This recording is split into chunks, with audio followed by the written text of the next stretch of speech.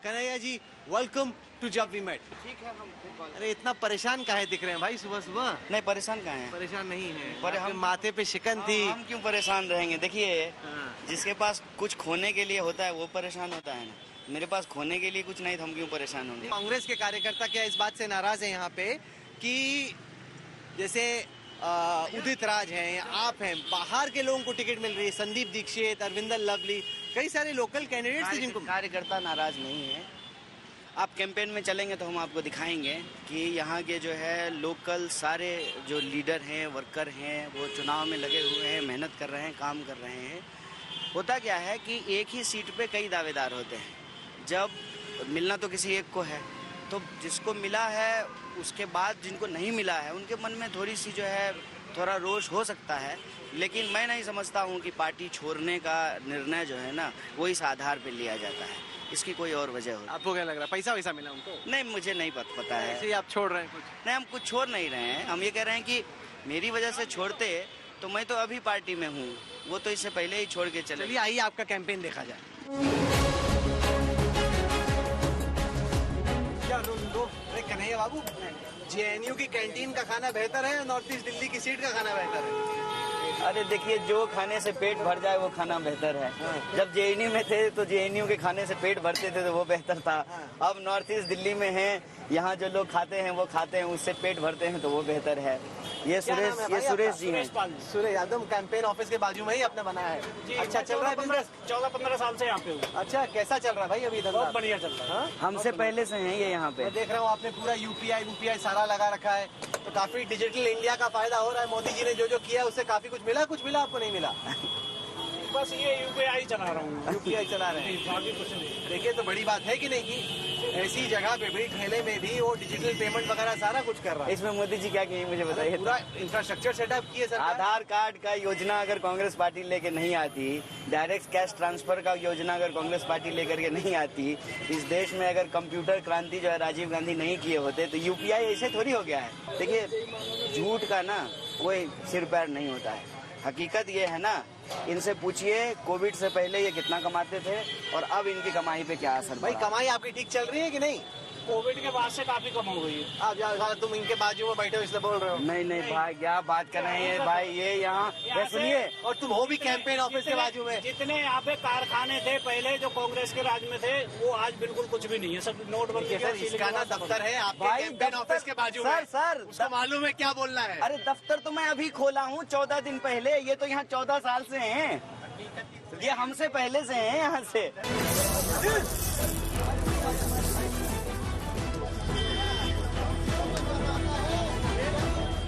मोदी जी से हमारी कोई व्यक्तिगत दुश्मनी थोड़ी है। नहीं, पर आप जैसे अटैक करते हैं उसको देख के तो लगता है कुछ पर्सनली नहीं, कोई पर्सनल नहीं है। वो प्रधानमंत्री हैं, उनके ऊपर कोई जिम्मेवारी है। मैं इस देश का नागरिक हूँ, जो वादे उन्होंने हमसे किए थे हम उसके बारे में सवाल पूछते हैं। मेरी उनसे कोई व्यक्तिगत लड़ाई थोड़ी है। और हकीकत हम बोलते हैं, हम कहते हैं कि सच्चाई दिखाइए, झूठ मत बोलिए। जीत हार जनता तय करती है, उम्मीदवार तो जो है लड़ता है, वोट से ही जीतेंगे ना। वोट तो लोगों को देना है। हमारा काम है उनके सामने एक विकल्प के तौर पे ईमानदारी से खड़े रहना। वो जिम्मेवारी हम निर्वहन कर रहे हैं। इनको देने दीजिए, इनको डीए मिलता है, ये देंगे ना उससे यूपीआई से। अरे वाह भाई, ये पहली बार है कि नेता बोल रहा है कि मैं ही दूं, वरना तो नेता खिला पिला देता है। ठीक है, आपको डीए मिलता है? हाँ डीए मिलता है। सर आपका हो गया भाई पेमेंट? हाँ हो गया। सुरेश बाबू शुक्रिया, थैंक यू।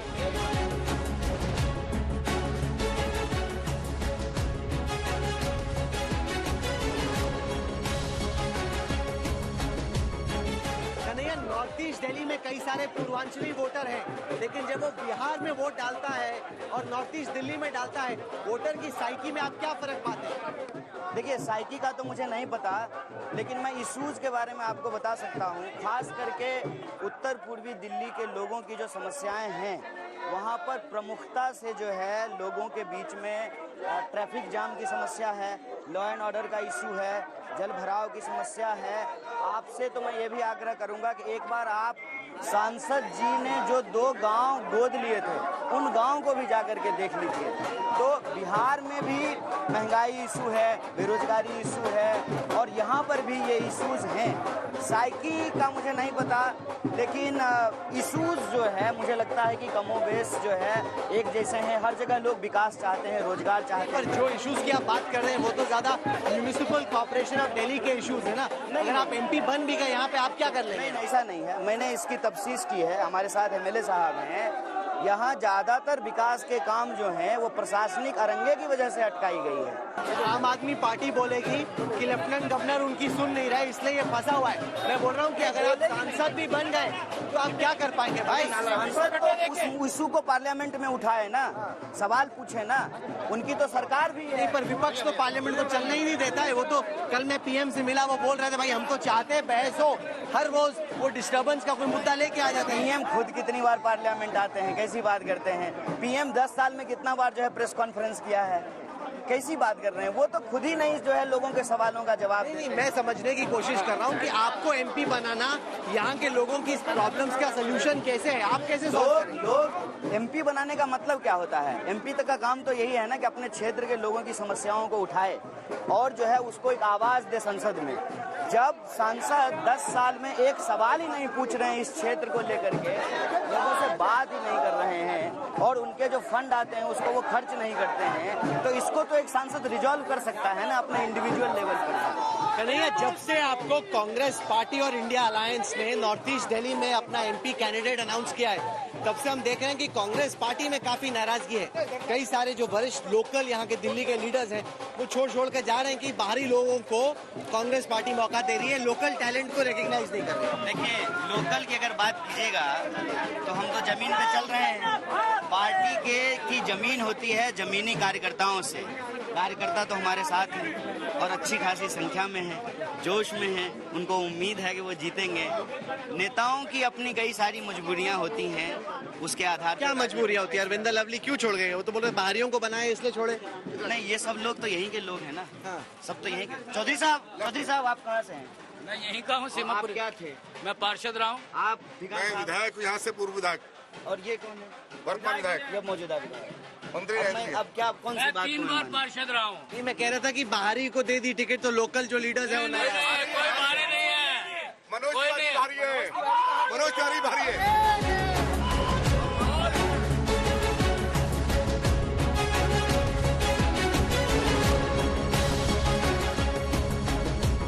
कांग्रेस की तो स्थिति आजकल का नहीं है, बहुत खराब है। आपको लग रहा है कुछ आप योगदान दे पाएंगे इस पार्टी को फिर से खड़ा करने में, क्योंकि ये तो एकदम डूबती ही जा रही है। नहीं, मेरा ये प्रश्न है कि ये तो भाजपा का नैरेटिव है। भाजपा नहीं, मैं तो वोट शेयर देख के बता रहा हूँ। नहीं, वोट शेयर देख करके आप अगर बता रहे हैं तो आप मुझे बताइए कि देश की सबसे बड़ी विपक्षी पार्टी कौन सी है? कांग्रेस है। तो ये नैरेटिव बीजेपी एक्चुअली चला रही है। नहीं, पर किस तरह का विपक्ष? मजबूत विपक्ष या बहुत कमजोर विपक्ष? जितनी उनकी स्थिति है वोट शेयर में तो बहुत ही कमजोर विपक्ष है, ऑलमोस्ट आधी है बीजेपी के। विपक्ष का काम है विकल्प देना, विकल्प चुनना जनता का काम है। हम विकल्प के तौर पे खड़े हैं, चुनने का काम जनता का है। ठीक है, और यह बात मेरा इस पर सिंपल ये है कि अगर कांग्रेस इतनी कमजोर है तो प्रधानमंत्री को क्या जरूरत पड़ी है कांग्रेस के घोषणा पत्र के बारे में बात करने की? क्योंकि विपक्षी पार्टी तो वही है, तो कांग्रेस की शक्ल दिखाओ, अपने लिए वोट मांगो। फिर अपना घोषणा पत्र क्यों नहीं बताते हैं? इस बार आया भी है कि नहीं? आया तो है संकल्प पत्र। क्या है उसका मुख्य बात?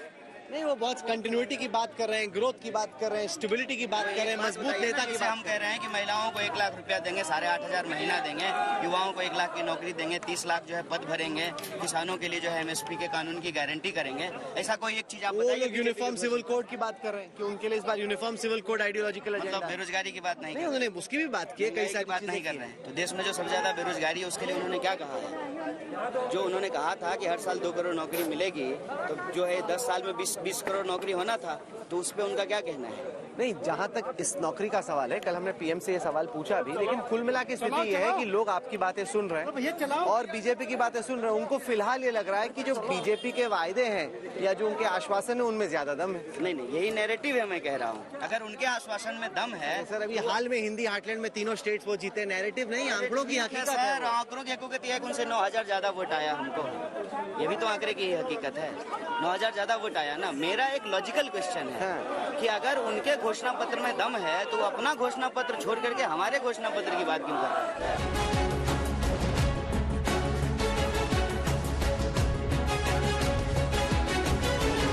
कन्हैया, इस चुनाव में हम देख रहे हैं कि विपक्ष ने उड़ा रखी है कि अगर मोदी जी जीत गए, फिर से बड़ी संख्या में सीटें आ गई तो संविधान बदल देंगे। मोदी जी बार बार बोल रहे हैं भाई कतई नहीं, मरने दम तक नहीं बदला जाएगा संविधान। नहीं, ये बात विपक्ष ने नहीं बोली है, ये बीजेपी के नेताओं ने बोला है। छोड़ भैया नेताओं ने, ज्यादा बड़े नेता, मोदी जी ने नहीं बोला, अमित शाह ने नहीं बोला, राजनाथ ने नहीं बोला, योगी जी ने नहीं बोला। तो मोदी जी ने उनको पार्टी से निकाल दिया। उसकी तो टिकट काट दी ना, आनंद हेगड़े ना, नहीं काटी। जो कर्नाटक वाले की काटी। नहीं, मेरठ वाले की काटी। नहीं काटी। क्यों नहीं काटी? उन्होंने लेकिन खंडन किया कि भाई हमारा ऐसा कोई प्लान नहीं और ना संकल्प पत्र में। टिकट क्यों नहीं, उसको पार्टी से क्यों नहीं तो निकाला? जवाब देना, मैं क्या जवाब दूं? मैं वही कह रहा हूँ कि ये नैरेटिव जो है, यह बात बीजेपी के नेताओं ने बोलना शुरू किया कि हमको 400 सीट दीजिए, हम संविधान बदलेंगे। और सिर्फ यही नहीं किया, व्हाट्सएप पे नए संविधान की प्रस्तावना उन्होंने घुमानी शुरू की, नया संविधान का प्रस्तावना घुमाना उन्होंने शुरू किया। तो ये तो बीजेपी ने शुरू किया ना। ये वो बार बार बोल रहे हैं कि गलत है, फिर भी विपक्षी नेता हर सभा में बोलते हैं संविधान बदल जाएगा, संविधान बदल जाएगा। नहीं तो वो कार्रवाई करें ना, जिन्होंने भाजपा के नेताओं ने कहा कि हम नहीं कर रहे। नहीं, वो कार्रवाई तो करें जिन्होंने कहा है। तो अरे आप थोड़ी देर करेंगे, वो अपनी पार्टी कैसे चलाएंगे? वो बोल रहे भाई हम नहीं बदलेंगे। बिल्कुल बदलेंगे, यही तो कह रहे हैं कि वो कैसे मालूम बदलेंगे? क्योंकि वो भाजपा वाले जो है वो नए संविधान का कॉपी व्हाट्सएप पे घुमा रहे हैं। कौन सा नया संविधान देख लिया व्हाट्सएप पे? दिखाइए मुझे। नहीं, मैं तो आप कब से व्हाट्सएप यूनिवर्सिटी विश्वास करने लगे? इसका मतलब ये मैसेज तो वो चला रहे हैं ना, भाजपा के लोग ये मैसेज। आपको कैसे मालूम? मैं भी बोल सकता हूँ कि आप भी व्हाट्सएप क्यों? आप आम लोगों से बात कर लीजिए, खास करके इस देश के जो दलित हैं, पिछड़े हैं, आदिवासी हैं, उनके मन में ये बात इसलिए आई है क्योंकि ये मैसेज भाजपा के लोगों ने चलाना शुरू किया। तो आप ऐसे ही उड़ा रहे हैं, आप भी तो खौफ ही पैदा कर रहे हैं। नहीं जाने आप सच बोल रहे हैं, आप भी प्रोपेगेंडिस्ट बन गए। हम नहीं खौफ पैदा कर रहे हैं, हम तो कह रहे हैं कि मोदी जी जो है इसका खंडन करें। वो तो कर चुके हैं। तो भाजपा के जिस नेता ने किया उस पर कार्रवाई करें। एक आध पे तो हो भी गई कार्रवाई। नहीं, किसी पे कार्रवाई नहीं। आनंद हेगड़े की टिकट कटी। नहीं, उसको पार्टी से निकाला क्या? उसने माफी मांगी क्या? उन्होंने क्लैरिफाई किया कि नहीं मैंने ऐसा नहीं, आनंद हेगड़े ने कहा कि जो है, उन्होंने बोला कि हाँ ये मेरी निजी राय है, मेरी पार्टी की राय नहीं है। अच्छा, ये निजी राय है, तो जो निजी राय हरी की कुछ ना कुछ राय होती है, गिरिराज जी की कोई राय होती है, आपकी कभी कभी कोई राय होती है। नहीं, लेकिन संविधान की बात तो बहुत बड़ी बात है ना। संविधान बदलने की बात तो बहुत बड़ी बात है। कर ही नहीं रहे संविधान। तो जूता बदलने की बात थोड़ी है कि उनका निजी राय है। बोल ही नहीं रहे। शर्ट बदलने की बात तो है नहीं।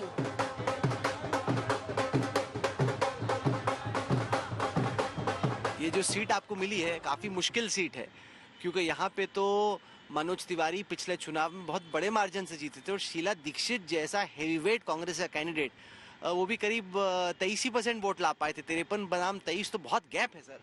हाँ, चुनौतीपूर्ण है, इसमें कोई दो राय नहीं है। लेकिन लोकतंत्र में क्या होता है ना कि जनता किसी भी चुनौती को आसान या मुश्किल बनाती है। मनोज तिवारी जी को लेकर के लोग बहुत निराश हैं, बहुत दुखी हैं और जनता जो है राजनीतिक पार्टी और राजनीतिक कार्यकर्ता से आगे हैं। वो एक बदलाव चाहते हैं इस क्षेत्र में, इसलिए मुझे लगता है कि धीरे धीरे ये मुकाबला जो है वो चुनौतीपूर्ण नहीं रह गया है।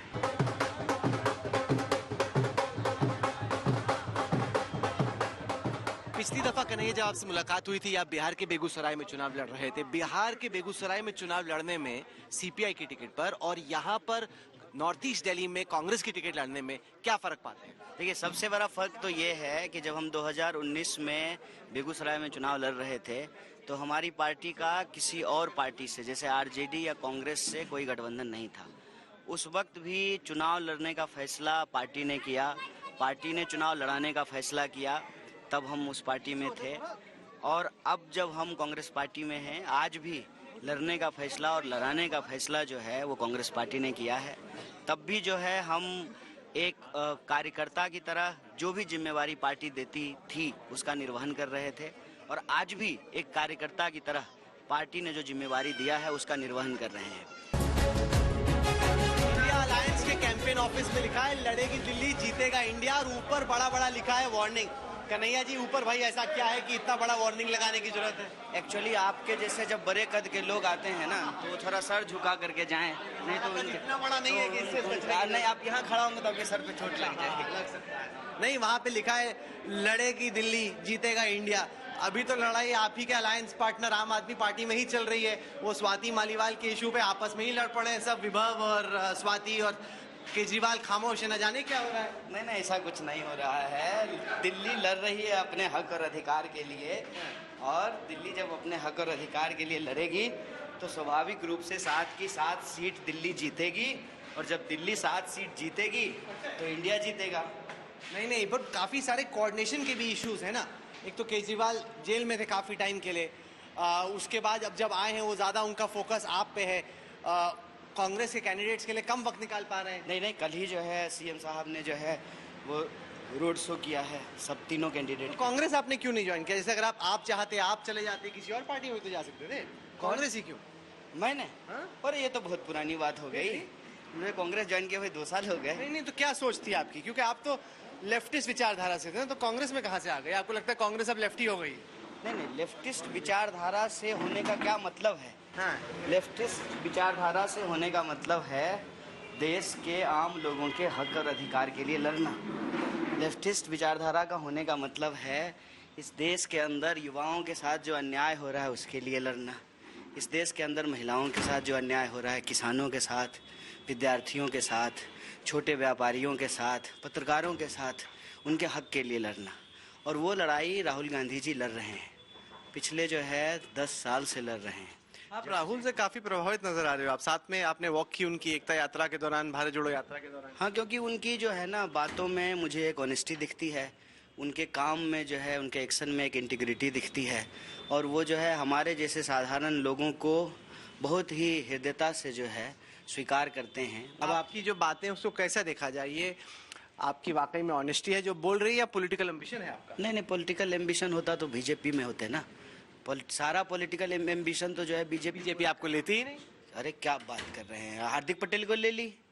नहीं, पर वो तो फिर भी संघ के ही परिवार से आते हैं, उनकी तो ट्यूनिंग वहीं पे है। आपकी ट्यूनिंग तो बीजेपी से बहुत दूर है, बीजेपी कभी ना ले पाए। बीजेपी अपने जो है विचारधारा के धूर विरोधी लोगों को नहीं लेती है। मैं आपको जो है ना इससे कम से कम 100 एग्जाम्पल गिना सकता हूँ, 100, एक नहीं। बीजेपी के लिए इस बात से कोई फर्क पड़ता है क्या? तो आपको आया कोई ऑफर? नहीं नहीं, मैं कहता हूँ कि मुझे ऑफर आने या ऑफर स्वीकार करने का तो प्रश्न ही नहीं है ना, क्योंकि हमारी लड़ाई जो है वो आपने जो सवाल पूछा वो एम्बिशन की तो है ही नहीं। हमारी लड़ाई तो जो है वो इस देश के अंदर जो कॉन्स्टिट्यूशन है, उसके जो प्रिंसिपल्स हैं, उसको प्रोटेक्ट करने की है। और एम्बिशन पूरा करना इंडिविजुअली, अगर ये लक्ष्य होता तो एम्बिशन तो आजकल बीजेपी पूरा कर रही है। मैंने उस पर आपको ये जवाब दिया है। ये आपका मतलब कैंपेन ऑफिस है एक तरह से? कैंपेन ऑफिस है, वॉर रूम तो हम नहीं कहते हैं। चुनाव है ये, कोई वॉर तो नहीं है, तो वॉर रूम नहीं कहते हैं।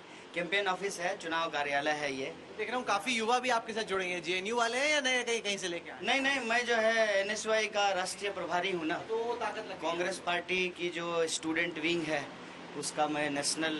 तो लेफ्ट की स्टूडेंट बॉडी हेड करने में और कांग्रेस की स्टूडेंट बॉडी हेड करने में क्या फर्क है? नहीं, मैंने लेफ्ट की स्टूडेंट बॉडी तो कभी हेड नहीं किया। उसके सदस्य थे आप। लेफ्ट की स्टूडेंट बॉडी में रहने में और एनएसयूआई हेड करने में क्या फर्क? फर्क है, काफी फर्क है। एक तो जो है जो वर्क कल्चर है वो दोनों जगह पे क्या फर्क है? लेफ्ट वाले ज्यादा मेहनत करते हैं? ज्यादा कम मेहनत की बात नहीं है। पॉलिटिक्स डिप्लोमेटिक हो गए हैं। कल्चर जो है ना वो डिफरेंट होता है। कैसे? जैसे एनएसवाई में एक्टिविटी होती है, लेफ्ट में एक्टिविज्म होता है। ये शिव मंदिर है जहाँ कन्हैया जी जा रहे हैं, लगता है मंदिर जाके माथा टेक रहे हैं कि भाई वोट पड़ जाए। नहीं नहीं, धर्म का इस्तेमाल राजनीति में नहीं करते हैं। हमारे लिए धर्म और राजनीति अलग अलग है, पूरी तरह से अलग अलग है। हम धर्म के नाम पे वोट नहीं मांगते, और यह बात हम मंदिर में खड़े होकर आपको बोल रहे हैं। नहीं, पर बीजेपी तो विपक्षी नेताओं पे, पार्टियों पे आरोप लगाती है वो धर्म मानते ही नहीं है, क्योंकि जब नवरात्र चल रहे होते हैं तभी मटन मांस खा रहे होते हैं। वो धर्म के नाम पर राजनीति करते हैं, इसलिए वो ऐसी बात करते हैं। हम धर्म के नाम पे नहीं करते हैं। मैं ऑन कैमरा मंदिर प्रांगण में कह रहा हूँ, हम धर्म का इस्तेमाल राजनीति में नहीं करते हैं और कभी भी धर्म का इस्तेमाल राजनीति में नहीं करेंगे। धर्म और राजनीति अलग अलग होती है। राजनीति कई बार लोगों को लड़ाती है, लेकिन धर्म हमेशा जो है ना आपसी प्रेम और भाईचारे से चलता है। चलिए, अब तो भगवान को ही तय करना है कि पार्लियामेंट में आपको बोलने का मौका मिलेगा या इसी तरीके से सड़कों पे, कैमरों पे बोलते रहोगे, या संसद भवन में भी आपसे मुलाकात होगी। वो तो जो होना होगा होगा। चलिए, मिलते हैं 4 जून के बाद। आपने वक्त निकाला कन्हैया, बहुत बहुत शुक्रिया, थैंक यू।